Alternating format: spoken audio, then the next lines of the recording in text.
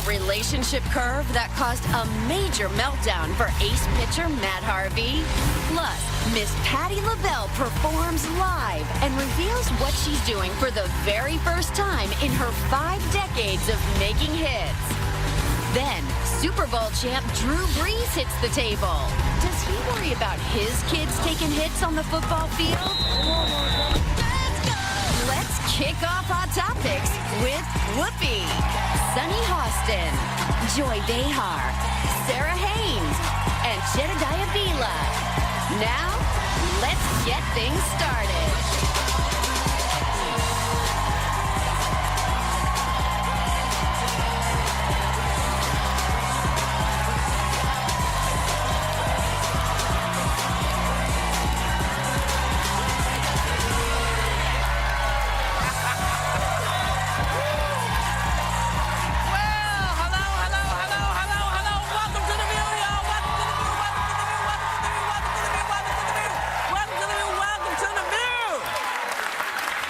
The fallout over the firing of James Comey keeps on building. Now people are wondering who actually did it. Because the White House says it came from the Deputy Attorney General, Rod Rosenstein, but reportedly, he's so mad that they're trying to pin it on him, he almost resigned. What the hell? It's crazy. It feels like it's unraveling, that the story's unraveling, and I think they were very unprepared for all of the questions. Yeah. And I told you ladies during the Hot Topics meeting yesterday that I have a friend that knows the Deputy Attorney General and says he just has a wonderful reputation of integrity across party lines. And so I was surprised that they pinned it on him, because he is the one person that's going to say, don't pin this on me. You know, I'm not responsible, and I wasn't the ultimate decision maker. Should he resign then in protest? I think that would speak very loudly. Yeah, because should. If you, just like they say that we might not hear from James Comey in certain testimony because he won't reveal classified information. So, well, he can do it behind closed doors. Well, he can do it, but we won't hear certain things from him, because I don't think he's the type to come back out now and say this. You know, even his letter. Nobody's checking for Comey. He doesn't want. So my point is that if this guy were to resign, I think it would speak so loudly because it would confirm everything everyone's saying. I am wondering if Comey is going to address the letter that 45 wrote that basically says, you told me on 3 separate occasions that I wasn't being investigated. Because every single former prosecutor that I've spoken to and people at the Justice Department are saying that that would be illegal and unethical. That left well, at the Justice Department? That I know, right?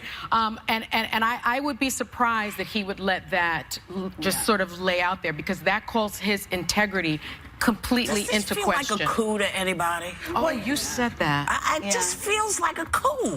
You know, first the whole Justice Department everybody got gutted, all of the things, things got gutted, and it just, it just feels, and he's got all of the generals, it just feels kind of kooky. No, I feel as though that things are changing around a little bit, and I'll tell you why. Today I was reading the New York Post, which is pro-Trump all the way.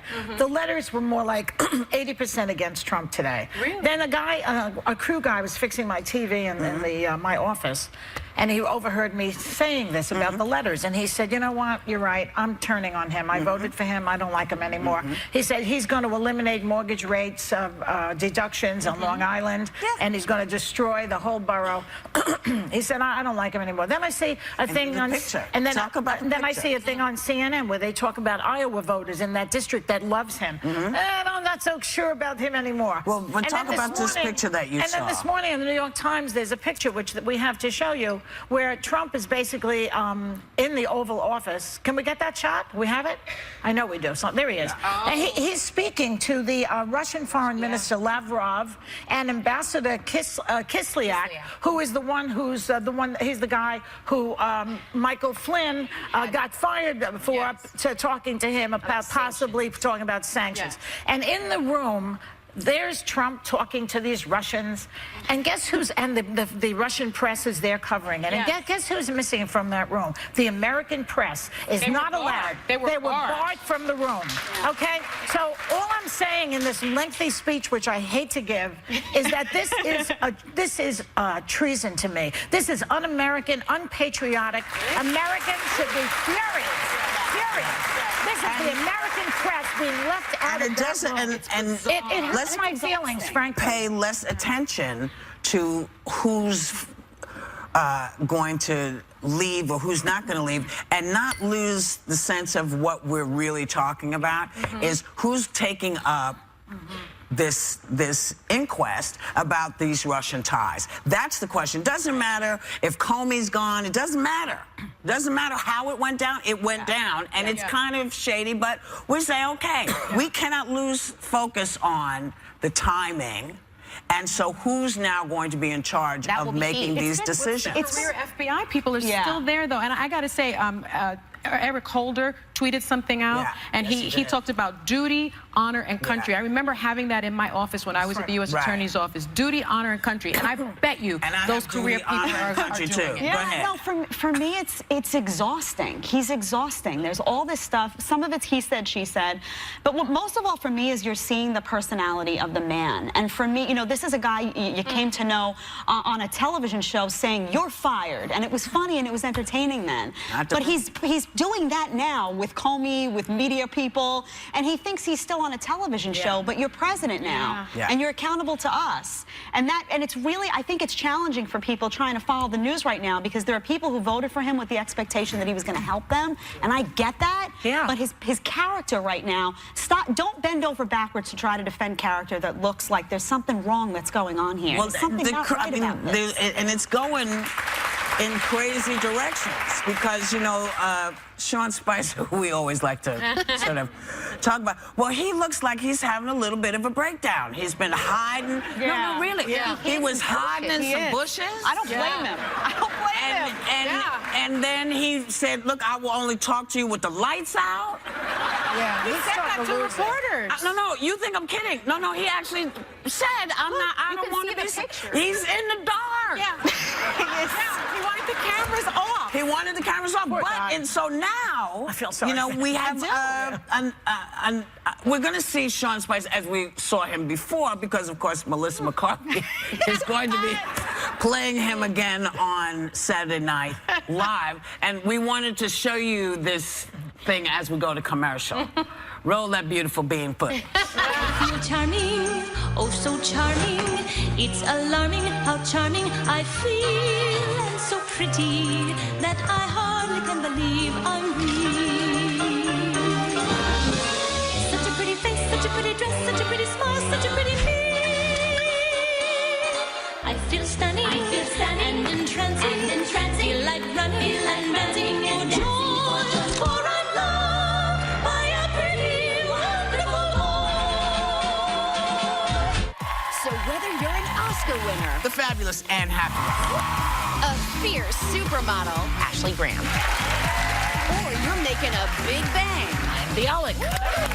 this is the place where strong women, We need support. all parents do, come to be heard I don't feel that we need to put a category on women because of the number inside of their pants. and voice their view. You wrote that you were a late bloomer. Some of us take our time, and there's nothing wrong with that. I started at 40. Does that count as a late bloomer? We are View Strong all day long. that's right. It's The View on ABC. Now, welcome back. You know, we were talking about Sean Spicer, but there is a deputy White House press secretary. Her name is Sarah Huckabee Sanders. And she talked about the firing of Comey as being because Comey had done atrocities, right? Atrocities. Yeah. Is a kind of So I say, not for nothing, babe, but here's some real atrocities, like the Holocaust. Atrocity. 9/11 attacks, Rwanda genocide, Armenian genocide, Sandy Hook shooting, Darfur. Those are atrocities. Overstepping your bounds, not so much.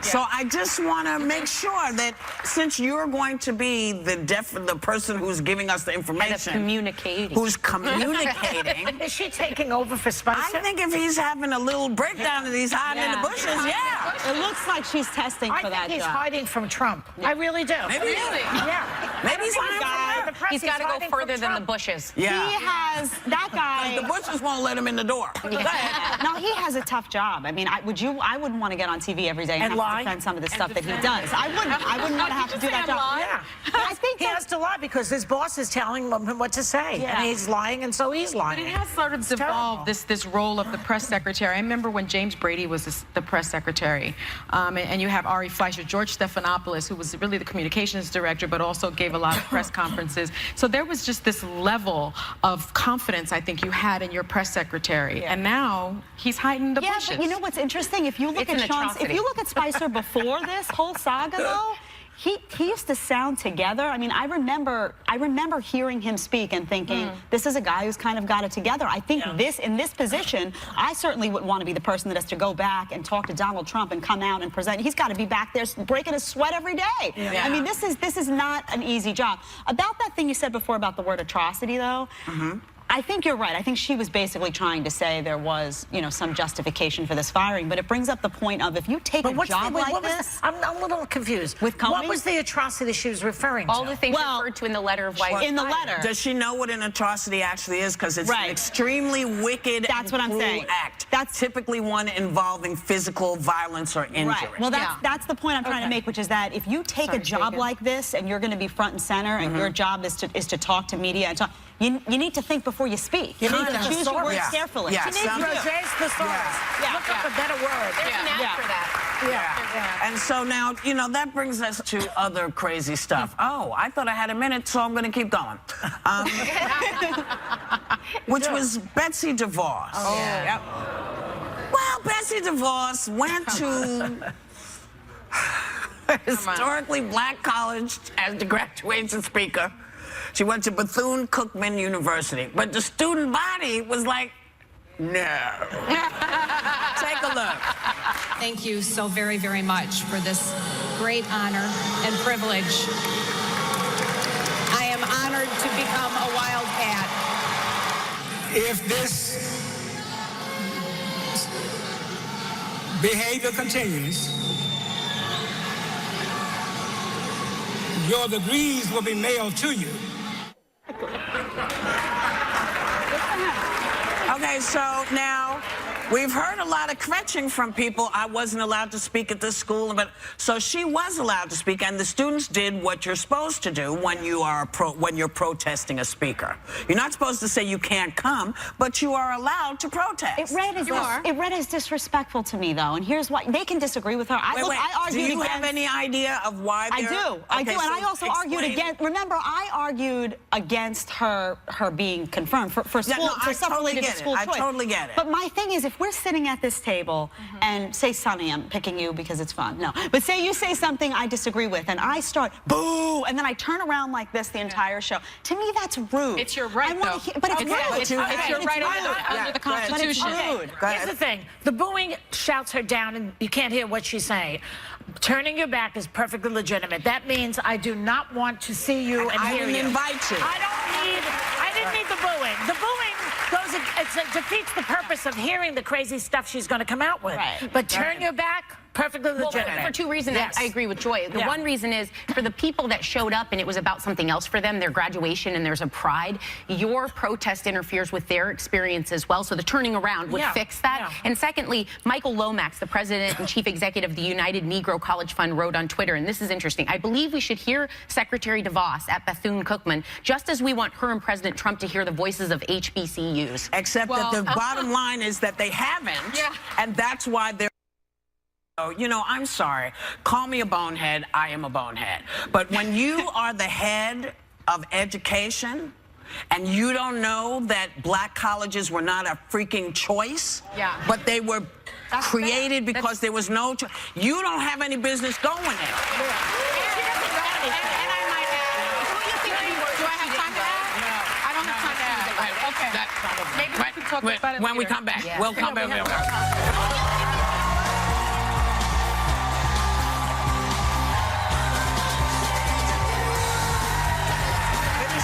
Yeah, I just wanted to say very very quickly, you know, I'm on the board of trustees of Dillard University, which is a historically black college university in New Orleans. And what people need to understand is that going to college is a spiritual thing for our community, because for so long we were not allowed to be educated. And so we know that our ancestors fought for the right for us to sit in that university. And to invite Betsy DeVos, who understands nothing about that, as the commencement speaker is a slap in the face to the community. It just is. And so, are you holding the college? Yes, because I'm surprised that they even invited Betsy DeVos. Okay. Yeah, I agree. It was a poor choice. That is a poor choice. That was a very poor choice. But don't you think that the fact that it made the press the way it did is something good, so people can see? No, because those kids had to voice their opinions about someone who didn't know anything about where they were, and that's not good. That's supposed to be a good time, like you said.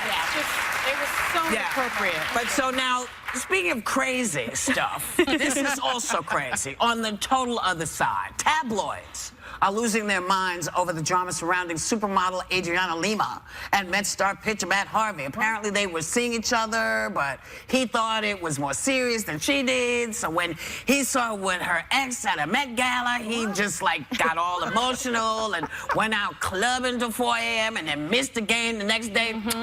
Boom! Boom!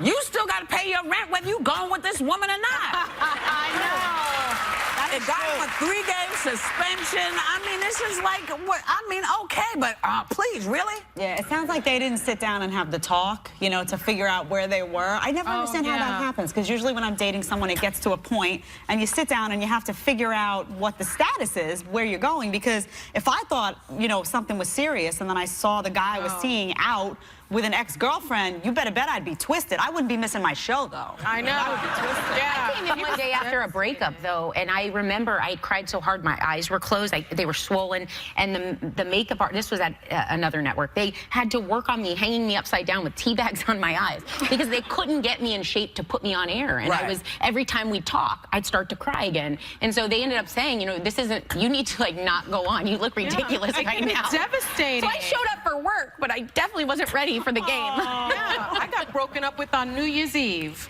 and he told me he wanted to start the New Year off right without me. Eric, you know you did that. It was horrible. I was devastated. You know, you've said this before. Have you ever heard from Eric? No.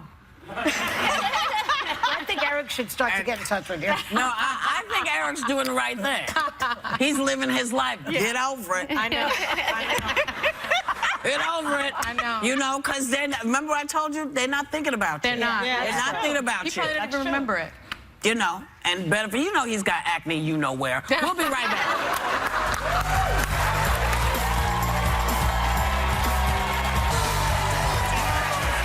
Welcome back. The latest episode of Keeping Up with the Kardashians features an awkward family vacation where Kourtney's ex, Scott Disick, comes along with them on the vacay. And he's still close to some family members. But does this make any sense at all? Do you care?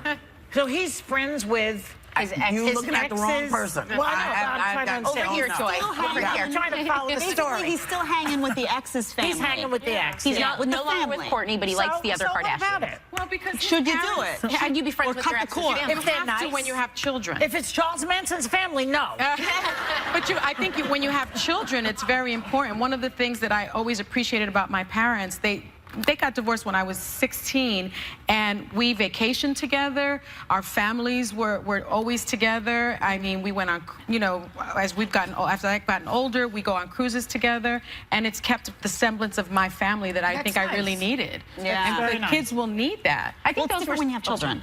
Yeah, I think that's sometimes the good part you get from a relationship is the family. Because that same guy that made me cry, and remember I couldn't go on air? Yeah.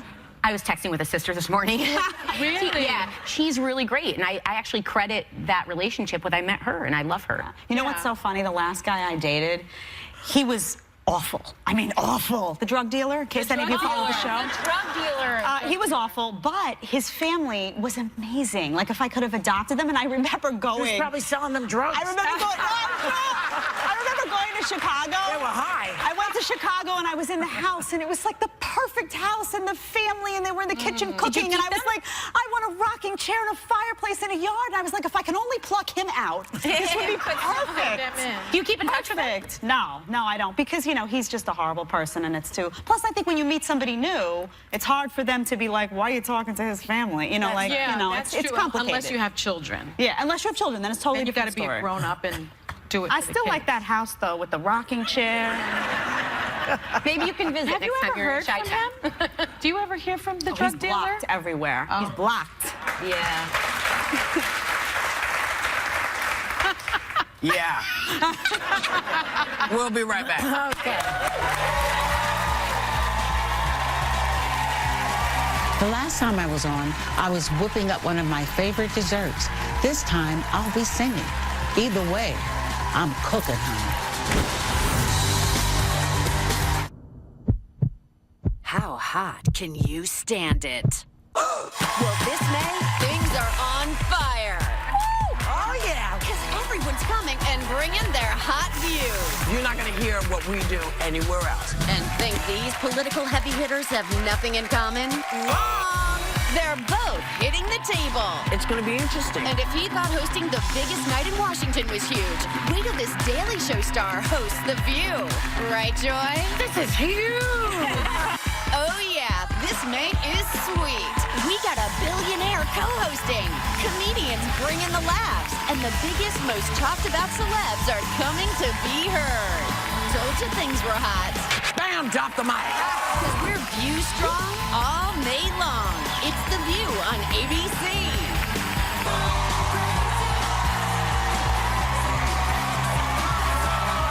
All I have to say is, ladies and gentlemen, Patti LaBelle.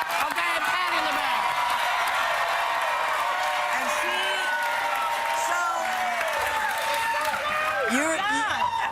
What a wonderful place to be. it's kind of great, right? It's always fun. I watch you every day I can. And the happy I get from You know the what, girl? audience. it I know brings you're to trying me. to adjust. Child, this is about to break my back. You know, sometimes you know you just be like, okay, hey now. It's slippery. So you're having a birthday. May 24th.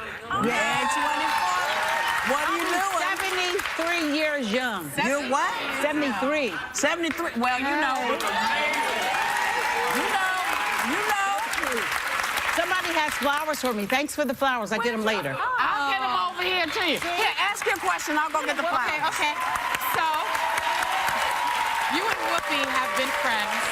Well, you and Whoopi have been friends for a long time, right? For a long time. And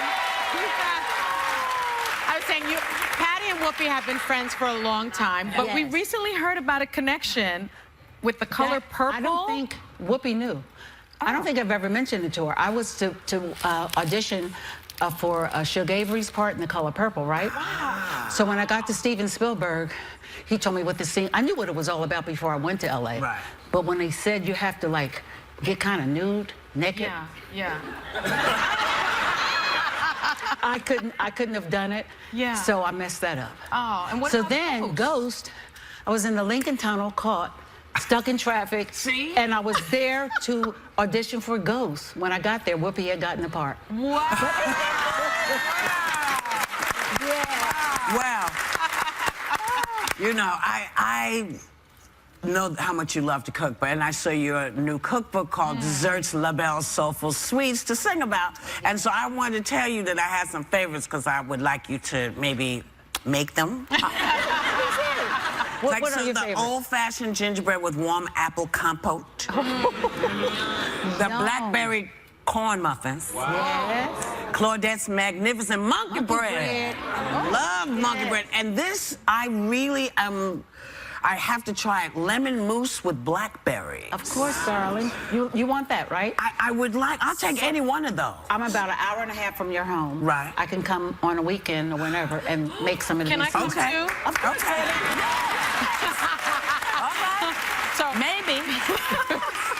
If you behave, you can come. So you're performing a song on the show today from your new album called Belle Hommage. And I was shocked to find out this is your first album in 10 years. Yes, and this time it's jazz inspired. The reason, and it's jazz inspired. I would never have done a jazz album unless my ex-husband came begging me. Wow. You know, he said, Blanche, he calls me Blanche from Baby Jane. I'm Joan Crawford in the wheelchair. He said, Blanche, you have to do this jazz. I said, I don't want to mess up nobody's music. You're always afraid of doing something that you've never done, hoping that you can perfect it. Right. Well, we thought about it, but anyway, it's done, and I'm in love with this project. See? I'm in love with it. And it's about time. So here to perform the Jazz in You from her new album, Bel Homage. Yeah. Give it up for my queen, Patti LaBelle.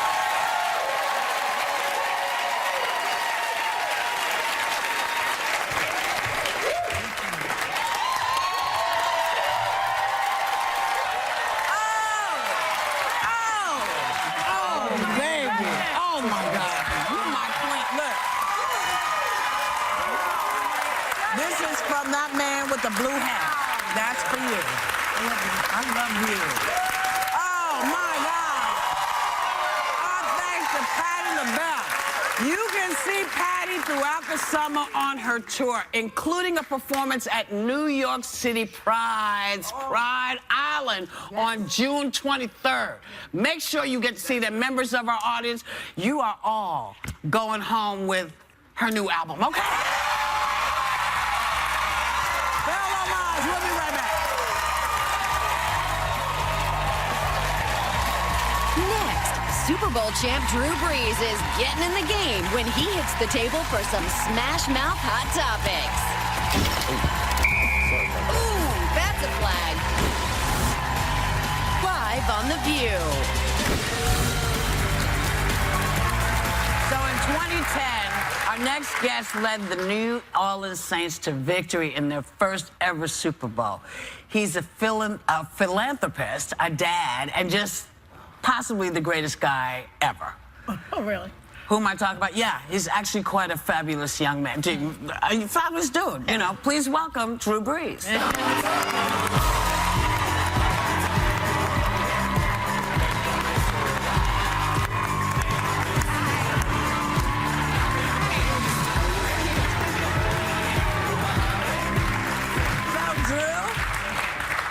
It was a great game, too. I'm not going to lie. I loved watching that game. Anyway, we were talking earlier about Matt Harvey. You know, as a pro athlete, would a breakup...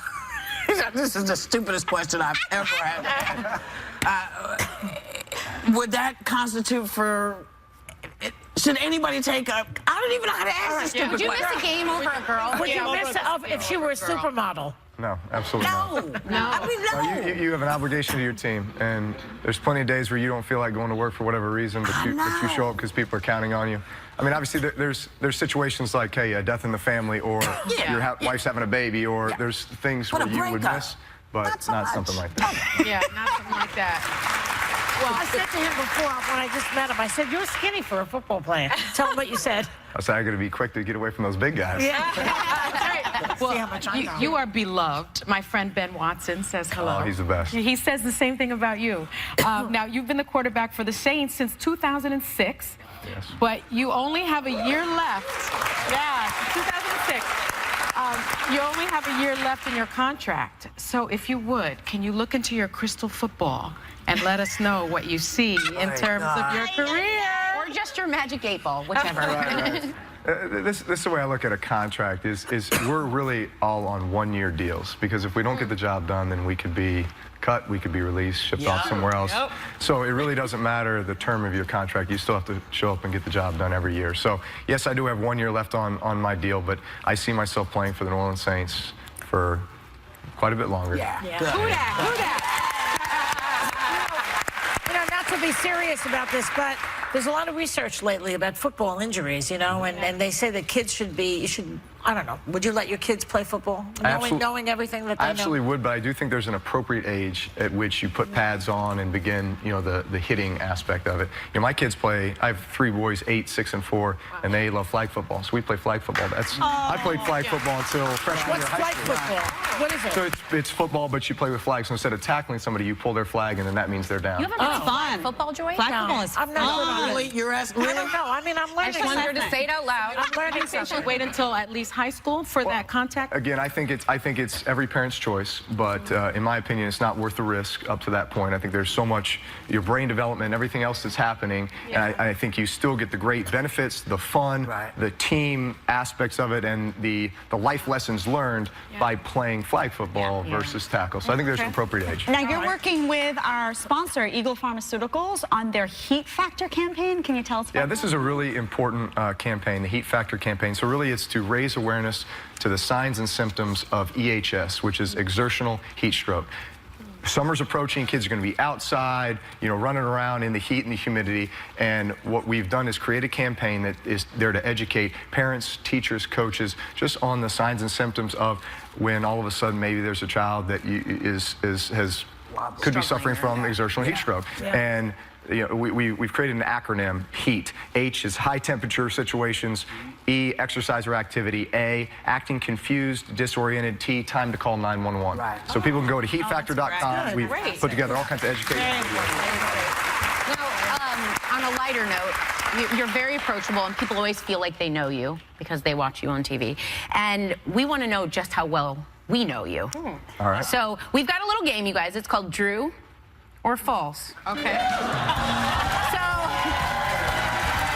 Drew is going to ask the questions, and you have to decide if it's Drew or not Drew. Oh, I see. Oh, okay. False. All right. We didn't know about this. Okay, so Drew, you're going to read. Here are your questions. As we go here. Okay. Go ahead. So you want me to read the question? Yes. Go ahead. All right, so Drew or false? My touchdown dance is the running man. No. I don't know. Okay, I say this. I'm guessing. Don't copy me, Joy. I'm copying you. It is false. Got it right. Go ahead. All right. It seemed a little active. I'm sorry. I tried. You obviously thought I had. I thought, I'm counting on you, man. I got you. All right. True or false? I've beaten Andy Roddick in tennis 3 times. Oh. Andy False. True. 3 times. Did you? As a kid, so we grew up in Austin, Texas, and we used to play in tennis tournaments as kids, and I beat him the first 3 times, and then he beat me the 4th time. That's pretty good. Which told you where his career was going. Wow. Okay, he didn't say lately, he just said. Right. Trick question. All right, true or false? Chef Emeril Lagasse played a pivotal role in my decision to sign with the New Orleans Saints. Oh.